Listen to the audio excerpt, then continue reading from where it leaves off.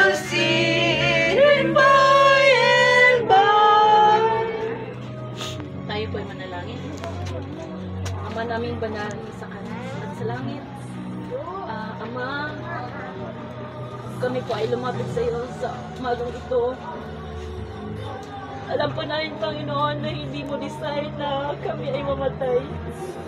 Design mo po mula sa creation sa Genesis na kami po ay iyong paramin sa mundong ito na mga perfect at pure, Panginoon. Dahil sa aming mga katigasan ng aming mga ulo, sinusunod namin ang aming mga nakikita na masarap sa aming paningin, sa aming isipan. Even up to now, Lord, the nature of people is ganun pa rin po, Panginoon, kung anong maganda sa aming paningin na hindi namin nasunod ng iyong kalooban, Panginoon. At ikaw pa rin po, Panginoon, ang gumawa ng para na bumaba ka mula sa langit para po iligtas kaming lahat. At ikaw po'y namatay sa cross para kami mailugtong muli, Panginoon. At salamat sa iyong pag-ibig, Panginoon. At samantala, Panginoon, while we are here, andito po ang pamilya ni Kuya Eduardo Garcia, ang kanyang asawa at mga anak, Panginoon, kanyang apo, na nalulungkot. Alam mo po, Panginoon, naranasan mo na po, Panginoon, na ikaw rin po ay naging malungkot nung namatay sa Lazaro. Panginoon, i-comfort mo po ang pamilya, Panginoon, ang banal na espiritu na siya pong tungkol sa amin, Panginoon. Ingatan mo po ang pamilya ni Kuya. Bigyan mo sila ng wisdom, kalakasan ng pangatawan. Palakasin mo po, Panginoon, ang kanilang loob, Panginoon, na maharap nila ito, Panginoon. Alam po namin, Panginoon, na naramdaman mo po, Panginoon, at alam mo po ang bawat puso, ang mga nasa isip ng mga anak niya at kanyang asawa, Panginoon, na ikaw po magbigay sa kanila ng comfort, ng protection, ng lahat ng kanilang needs, Panginoon.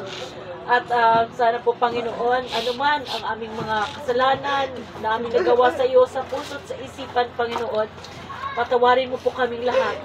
Ang aming mga hiniling ng aming puso ay magiging kalugod-lugod sa iyong harapan. Patuloy kami, Panginoon, kaming mga buhay na lumalapit sa iyo, sa aming mga kaisipan, sa aming ginagawa, mga sinasabi, anong mga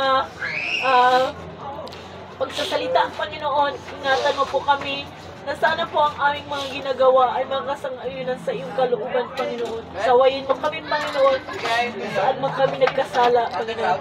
Patuloy naming hiniling, Panginoon, ang proteksyon sa pamilya ni Kuya na iyong iniwan.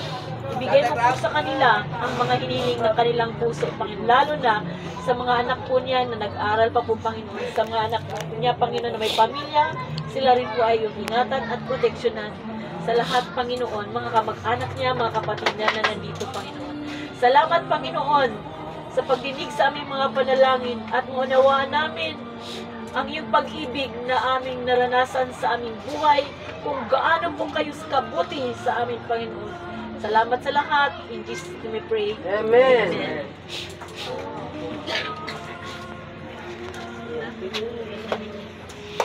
Last na yun.